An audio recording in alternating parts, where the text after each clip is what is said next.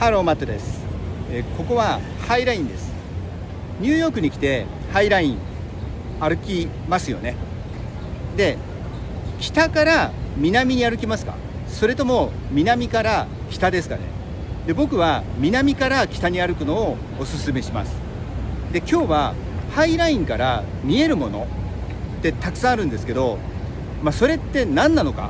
っていうのを一つずつお話ししながら終点まで行きたいと思います。では行きましょう。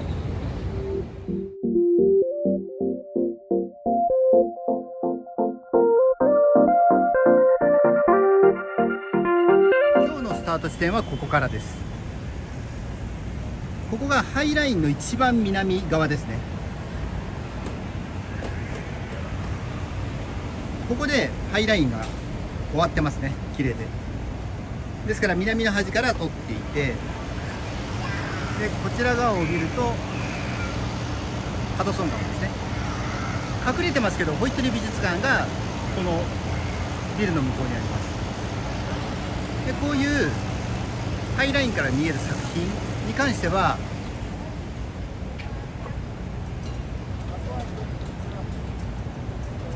全てにね説明がされてるんで、興味があるのはコードを読み取ってチェックする感じですね。アーミー・シェラルドさんって書いてありますね。でここから歩き始めます。で僕の話で今回知らなかったってこと一つでもあったら嬉しいですね。でまずねハイラインなんですけど、そこに階段があるんですけど、その階段を上がってそのまま進む人が多いんですけど、ここのねトイレは先に行った方がいいですね。このビルはねハイラインヘッドクォーターズザ・ディラ・ファン・フォステンバーグビルディングになってますけど、ディラさんはフォステンバーグさんのファン・フォステンバーグさんの旦那さんなんですけど、そこのビルですね。ファッションの会社をやってる方です。でここがまず見えるのがビーフとか書いてあるんですけど、ここがねミートパッキングって言われるエリアなんですけど、今ミートパッキングっていうエリアの中でお肉の業者さん残ってるのここだけだと思います。おそらくこのわずかなエリアの5、6軒だけにお肉屋さん残っていて、あとはねもう反対側を見るとミートパッキングだったのにファッションの会社しかないんですね。おしゃれな。だから大きく変わったんですよね、この辺がね。一番変わったって言ってました。でここから歩き出すんですが、地図を見ていただくと分かる通り、この一番下ですね。ここから歩いていきます。でハイラインは2009年に開園してます。もちろんご存知だと思いますけど、鉄道のね貨物鉄道の廃線を再利用してるので、至る所に線路がねそのまま残してあります。で今日晴れてるんですけど、もう本当に素晴らしいと思います、この場所で。世界で、最も成功した、こういう再開発だと思います。でまずね正面に見えてくるのが、見えるかこれ上まで行くか。これねホテルなんですけど、スタンダードザ・スタンダードっていうホテルで、モダンなホテルで有名なんですけど、ロンドンとかアジアもねバンコクにもあったと思います。でニューヨークもイーストビレッジかなに一つあって、ですからおしゃれなねホテルチェーンもこのハイラインが開業した後に数年後に2013年だったかなにこちらでオープンしてます。でこっちを見るとちょっとデッキの上に乗るとお肉の業者さん見えますよね。ここだけがミートパッキングですね。で隣にブラスモンキーって書いてあるバーありますけど、あそこはね屋上も入れるんでおすすめです。でこのまま歩いていきます。でもともとこのハイラインはパリのねリヨン駅の近くのプロムナード、そこも廃線を利用した庭園なんですけど、そこをまあ参考にして作ったって言われてます。なんですけどもうはるかにこっちの方がいいですね。でパリはもう街中なんですけど、このハイラインの場合は左側から、ハドソン川の気持ちいい空気、風で右側に、景観保存地区のチェルシーを貫くので、すごくねやっぱり気持ちいいんですね、歩いてて。でちょっとねこれ何か今作ってるんですけど、ここからだけ映しますね。で例えばこのビル小さく書いてあるから見えないけど、ジェネシスって下に書いてあるんですけど、ヒョンデのジェネシスっていう高級ブランドの車のショールームが1階に入ってて、でこのビル自体が有名なねソーラーハウス、ソーラーカープタワーが確かにそんな名前だったと思います。ダイヤモンドカットというか、この折り紙のようなそういうデザインで、反対側からも面白いので後ほど写真入れておきます。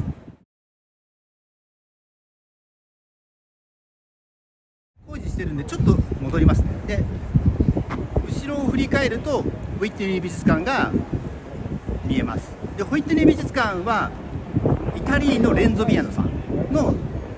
デザインで、今もねまだ健在だと思います。でそのままこちら側を歩いていきます。もうねたくさんの人が行き来してるんで、ちょっと注意しながら行かないとぶつかっちゃいますよね。ホイットニー美術館はいろいろなガイドで当然紹介されてるんですけど、僕もう世界で屈指の現代アートの美術館だと思います。ウォーホルとかたくさんね見ることができるので、ここまで来るとここにねいろいろ説明書いてあるんで、ちょっと足を止めて見てもいいと思います。フレンズ・オブ・ザ・ハイラインアニュアル・リーダーシップ・サポとビジョナリーとか、ね、こんな感じで、あとハイラインズ・ヒデンズ・ワールドって書いてありますね。ウッドランド、このような説明がそういっぱい書いてあるんですよ。どんな花があるかとかね書いてあります。でそのまま歩いていくと、ここがね14ストリート、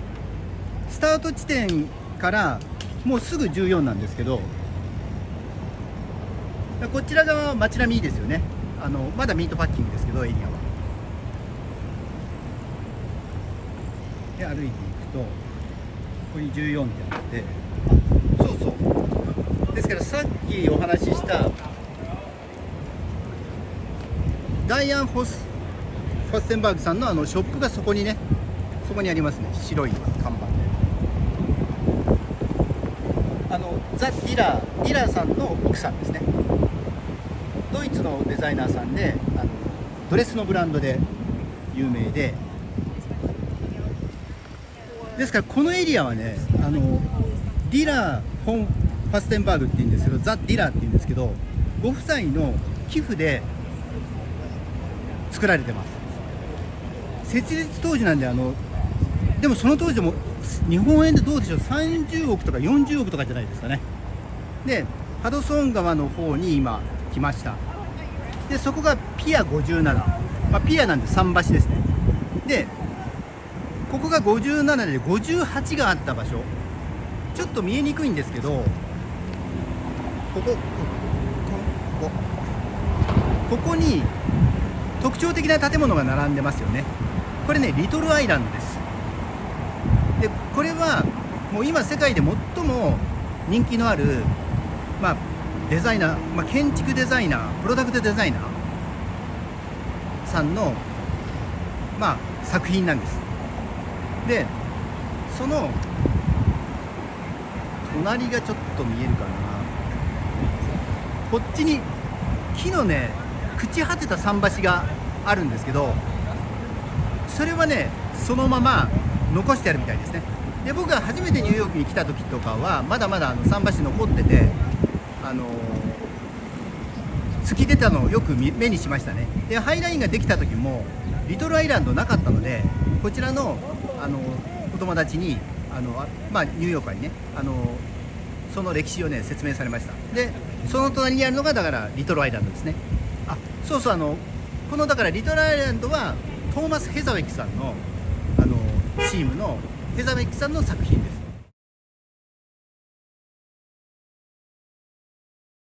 でこのリトルアイランドを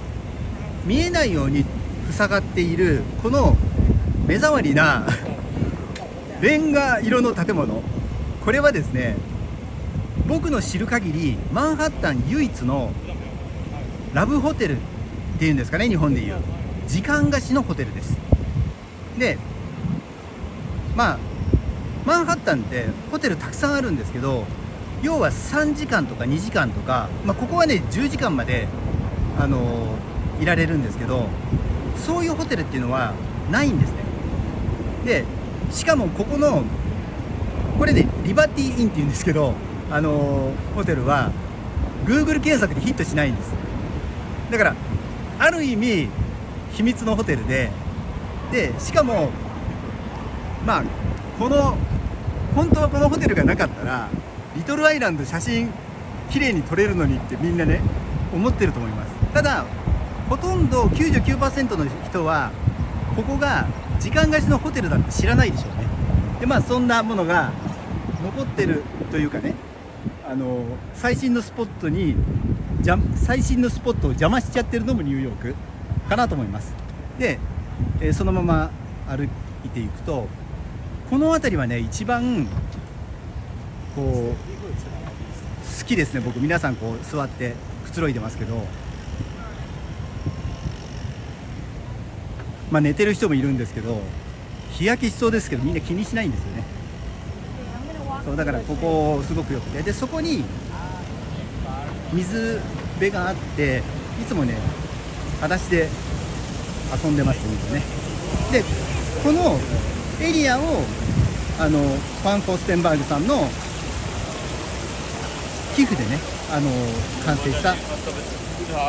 ものなんです。もう気持ちいいですね、この天気だとね。寝てますしね。いや絶対日焼けすると思うけど関係ないんですね、みんなね。でそうそう、これね、で次この建物がねもうねチェルシーマーケットなんです。こっちね大きいんで、そうそう、このブリッジはもう有名な撮影スポットなんで、皆さんこれをバックにしてねニューヨークの写真を撮ってます。ここに書いてあるか、ここにねディラー・フォッセンバーグさん、サンデックって書いてありますね。だからさっきのここがサンデックってことか、並んでたところですね、こっち側のベンチとかね。サンデックだからサンデッキってことですよね、日本語で言うと。でここはちょっと上下に立体的になってるんで動きがついてますね。下がちょっと低くなっていて、で今日はね土曜日なんですけど、ここは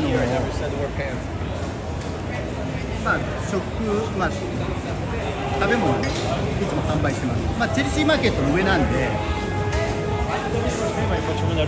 にぎわってますね。今ね時間が12時半ぐらいなんで、1一番にぎわってるのかな、もうちょっとかな。このジェラート屋さんだけ空いてるけど大丈夫かな。あ、でもランチタイムだからジェラート食べないのか。でそのまま歩いていくと、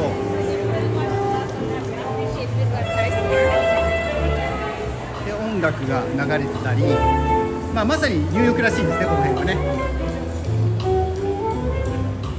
でここまで来るとちょっとハイラインに動きが出てきますね。左右の動きっていうんですか、アングルがついてくる、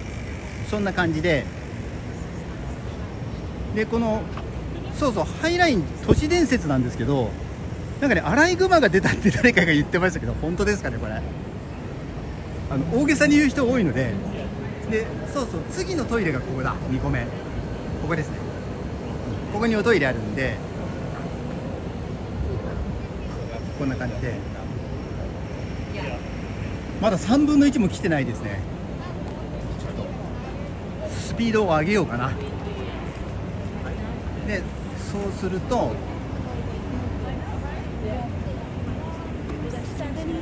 ここがね、ハイラインのこの南から北までの全ての多分エリアの中で一番のビューポイントだと思います。で僕もこっちの地元のゲイの友達なんですけど、彼とここで肩を組んだ写真が思い出の一枚で今もあるんですけど、この前も一緒に来たんですけどね。ここ、夜なんかみんな座ってね、ここでお話ししたりするのいいと思います。今さすがに暑いんでちょっと難しいですけどね。で正面に見えるのがこれね、これがね、有名なハドソンヤードですね。ですから後ほどお話ししますけど、展望台が分かると思いますけど、これザ・エッジです。なのでここはね、後ほど近くまで歩いてきます。こちらに来て、でぐるっと見ると、後ろを振り返るとチェルシーマーケットですね。でチェルシーマーケットはね、もともとナビスコの工場です。なので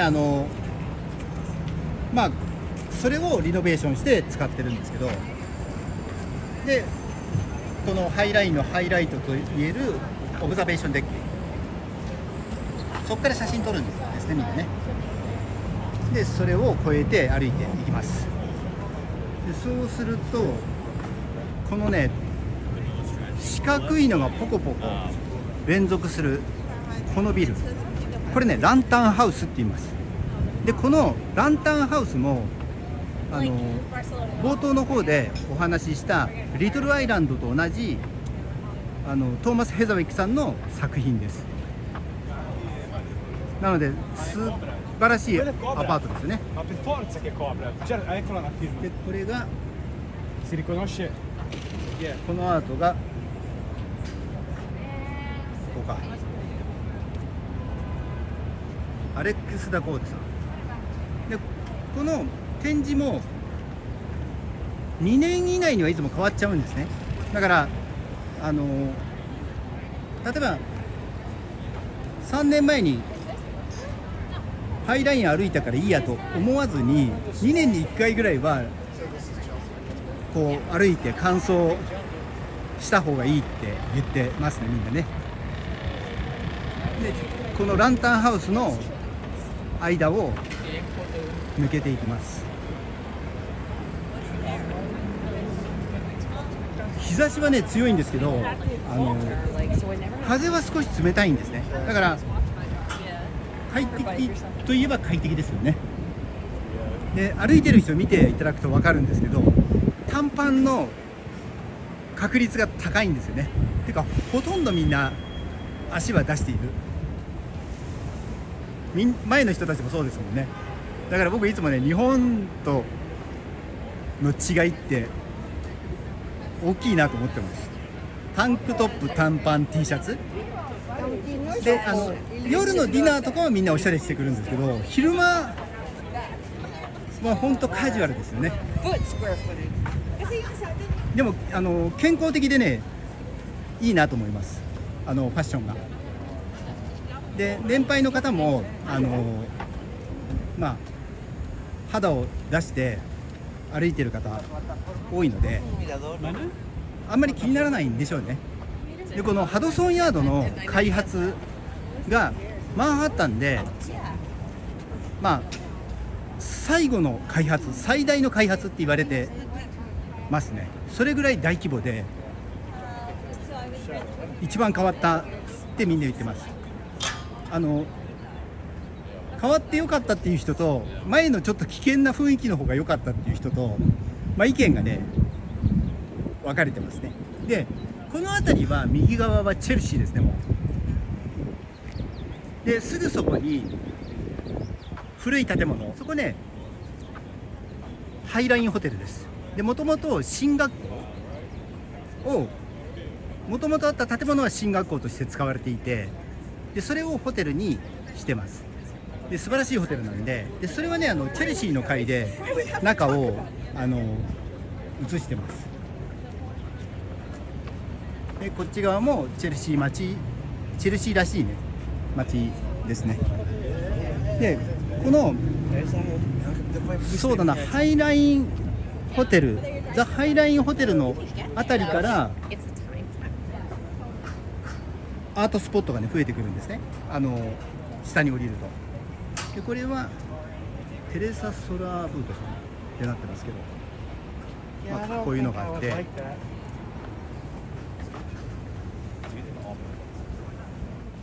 いやだいぶ歩いてきましたよこれ。でもこのぐらい木が生い茂っているとアライグマがいたっていう話本当かもしれないですね。で今こう歩いていくと、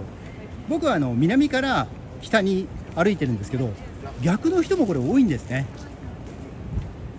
だからもしかしたらハドソンヤード先に見てから下の方に歩いてくるっていう感じかもしれないです。でも僕は南から北の方がなんかいいのかなと思います。なんか最後にハドソンヤードでゴールするっていう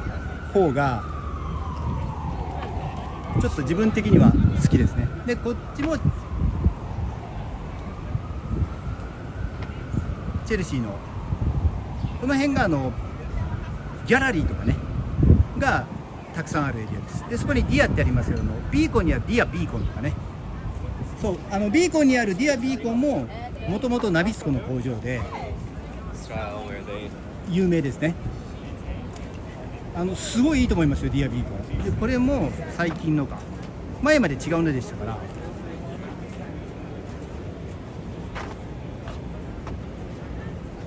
ロサーナ・パウリーノさんですね。でそのまま歩いていきます。こ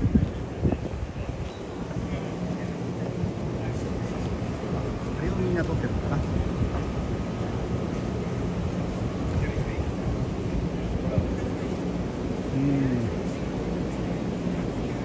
だから誰かがカメラを向けてる先って何かありますよね。でこの辺がグラスエリアで、そう上にもね、ちょっとあんまり上下に動かすとカメラの調子が悪くなっちゃうんですけど、でここまで来ると、そうそう、ここね写真スポットでねみんな。これこっちから撮ろうかな。今ねちょっと戻ったんですよ。こっち側の方が写真スポットでいいんでしょうね。なので行き過ぎましたけど、一回戻ったところが写真スポットみたいですね。でこれがその写真のバックになってたところで、ロンドンテラスっていう第二次大戦の前からあるアパートで、もうチェルシーといえばロンドンテラスみたいな、そういう有名なアパートですね。すごい規模ですよね。でそのまま歩いていきます。だんだんザ・エッジが近づいてきました。これねちょっとあんまり上下に動かすといけませんけど、そうだからこのハイラインが2009年に開園して、そうだから16年ってことか。で少しずつエリアを拡大していったんです、北の方にね。で今回この2年前よりももう少しだけ距離がね長くなって、で今回の延長で最後だと思います。だから今日僕がこの歩くハイラインがとりあえず現在のところの完全版だと思います。でこの正面、先ほどスカイデッキのあるエッジだっていうことをお話ししたここなんですけど、10&30っていう、ハドソンヤードの、中心のね建物ですね。これはね、でこれがね KPF っていう有名な、超有名な設計事務所の大手のねお仕事で、六本木ヒルズかな、六本木ヒルズの森タワーもね同じだったと思います。なのですごいねグローバルなね、当然みんなグローバルなんですけど、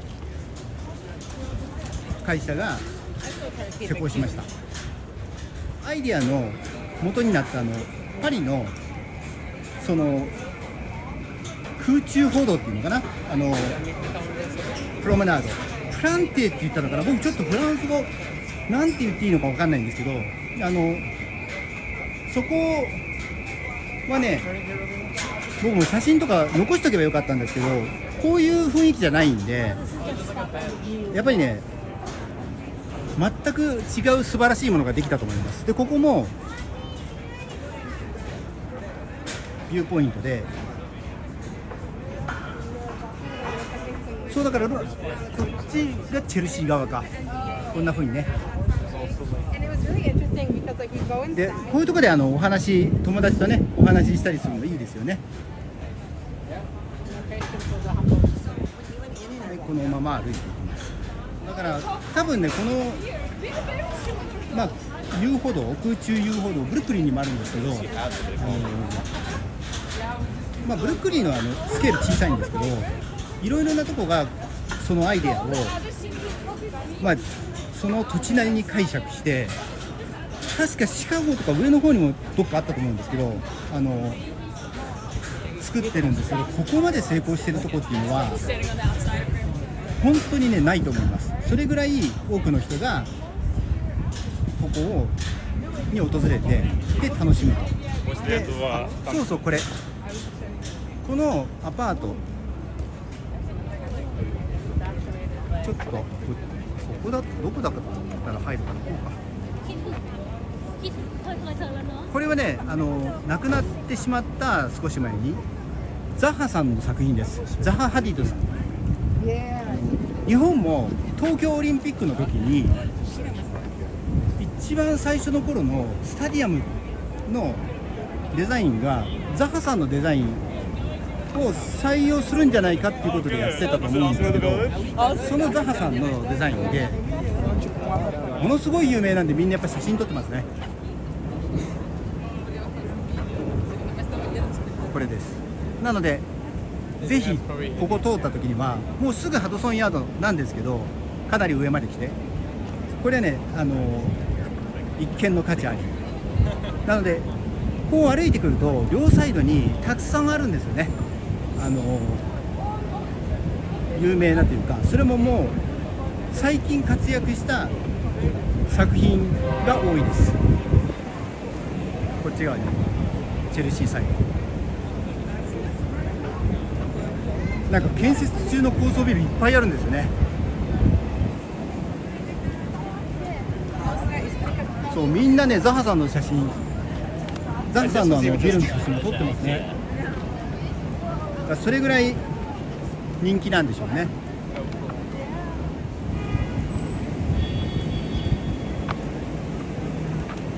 これランプでもないな、これだ。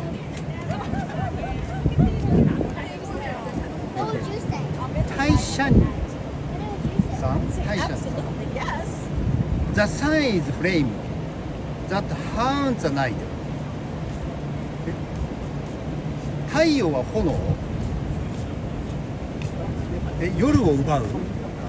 どういうこと？あ、そっか、明るいから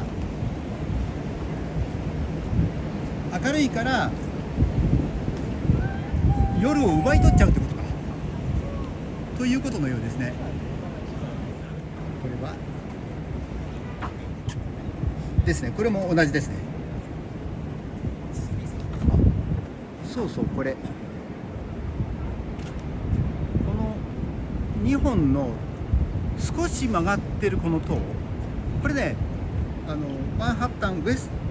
だったと思います、名前。日本のミッドタウン、東京ミッドタウンかな、あれ六本木ミッドタウンっていうのかなですね。六本木ミッドタウンと同じ設計事務所で SOM とかって書いてありましたかね、前。ちょっと違ってたらいけないんですけど、でそういうのがあって、でいよいよこの緩やかなカーブを曲がった先がハドソンヤードです。なのでだいぶね頑張ってきましたね。もう2キロぐらい歩いたと思いますよ、これで。ハドソンヤードは、いろんな、近代建築が集まってるので、ここは、建築のお勉強をされてる方とか、芸術系のね勉強をされてる方は必見ですよね。で僕もねこれ一つずつ説明してるのは、実は全部そのような仕事で出会った方々に教えてもらってこの説明をしてるんです。なので記憶をたどって話してるのと、あといつも1回で撮影してるんで、よくね間違いがあるんで、後で字幕というかね訂正してるんですけどね。なんでちょっとね許容していただけると嬉しいですね。でこの正面に見えてきたところ、ここがザ・シェットですね。で劇場が入る複合施設ですね。こっちなんですけど、少しだけ右に行きます。でもちろんこの右にのエリアもハイラインです。ですからこちらにも線路のね跡がね残してあるんですけど、だからこの貨物の路線がいろんなラインで走ってたってことですね。クラクションが鳴り止むのを待ってたら左に看板がありますね。コーチパッセージって書いてるので、これバックのコーチの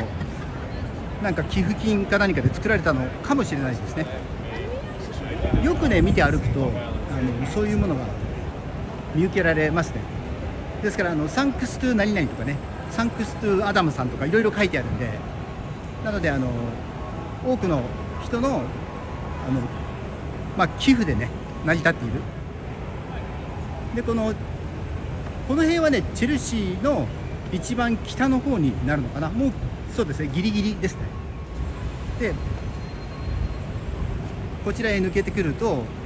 今現在すごく話題のもの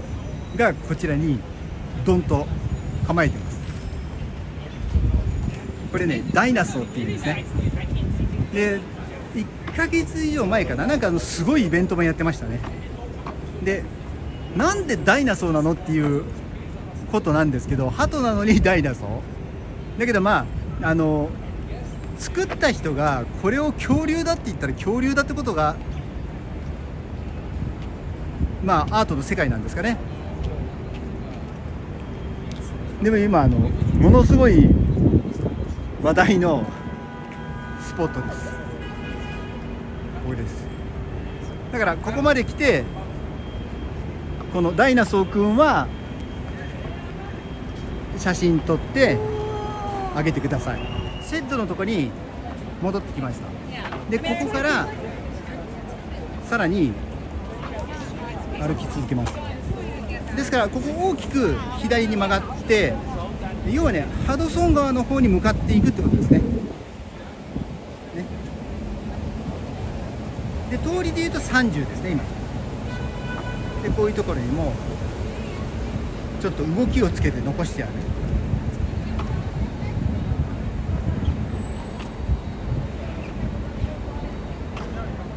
あ、これね、これ何ですか、これ。あ、これね、彼がペダルで踏んでるんだ。で、そうすると、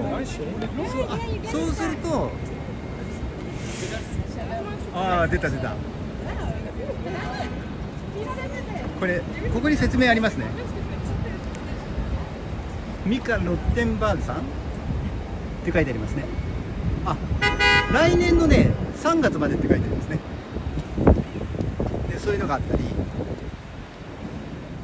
あ、そう、これね、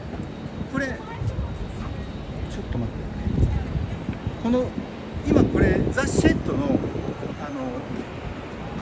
下を映してるんですけど、ここに車輪がついてますよね。向こうにもね。これね、動くそうですよ。なんか夜になると動くとか、要はこれがずれるのかな。ただ僕見たことないんですけど、そうなのでもしかしたら YouTube で動画上がってるかもしれないですね。ザ・シェッドが動いてるところなので、そんな仕掛けもあります。右手を見ると、この電車がたくさん止まってるの分かりますね。で、もともとはね、このエリア全体がこの車庫だったんですね。で、こっちは今上の方、北の方を見てるんですけど、そこにガラスの建物、これちょっと遠いですけど、総ガラスで、ブロックを積み上げたような建物なんですけど、これがね、ジャビットセンターです。ジャビッツセンターかな。ジェイコムジャビッツセンター。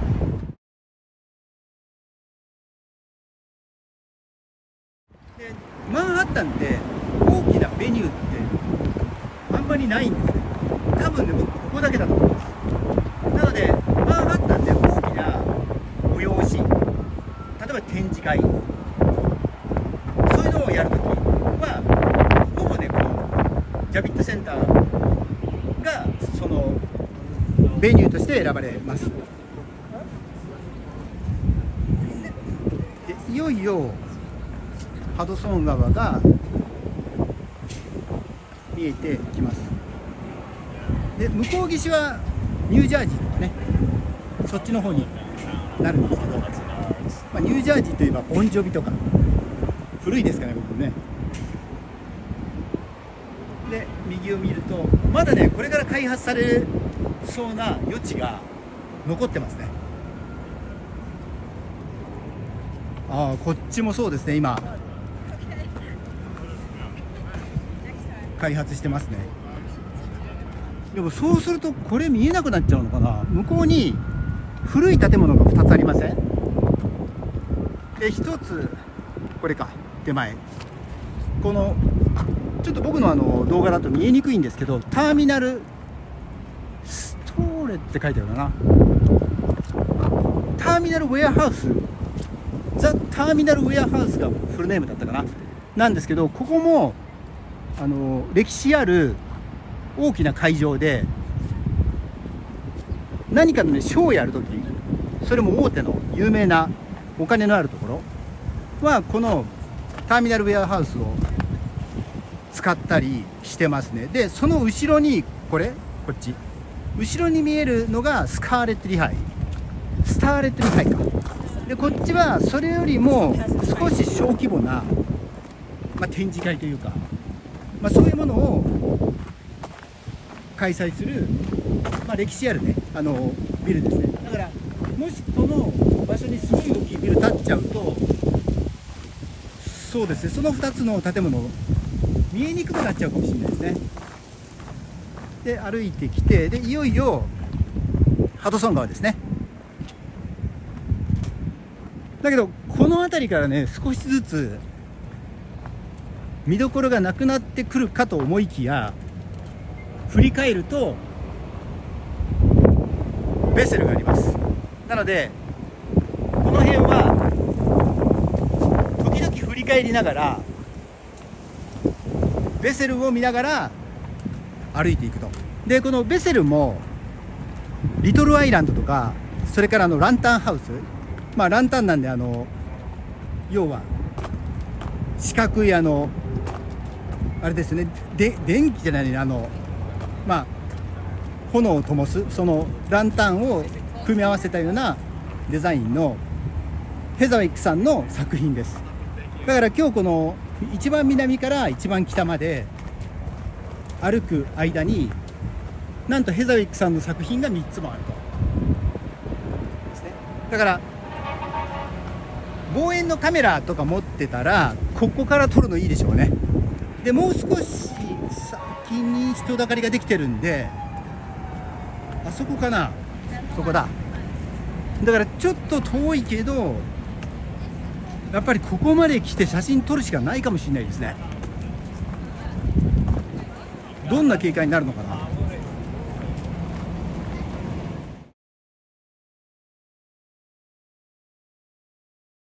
金網の間からうまく撮れば多分大丈夫でしょうね。なのでここでほぼほぼ最後かな。だけどせっかくなんで一番最後まで行ってみましょう。でも最後の最後にあれが見れますね。ちょっとあんまり映らないかな。わかりますかね、それ。わからないか。ここ船見えますかね、軍艦が。これね、空母イントレピッドですね。少しだけ見えますね。でこれはね、第二次大戦の時のアメリカ海軍の太平洋艦隊の空母です。で後ほどちょっと写真入れておきますけど、エセックス級の空母で、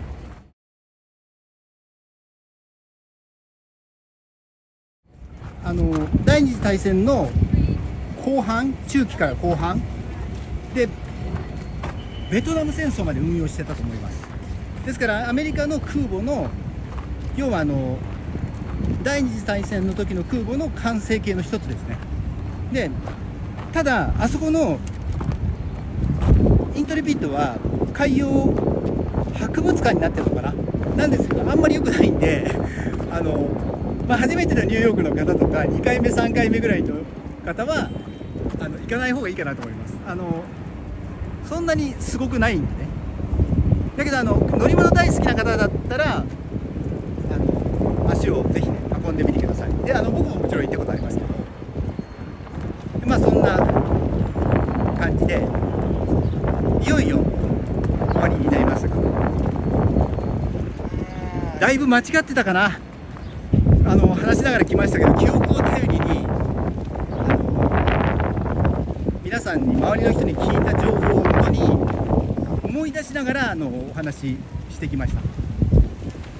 そこが終点ですね。で僕のチャンネルでは詳しいニューヨークのガイドを作りたいと思っています。でもし面白いと思ってくださったら、間違い多いで訂正しますけどね、訂正しながらになりますけど、チャンネル登録していただけると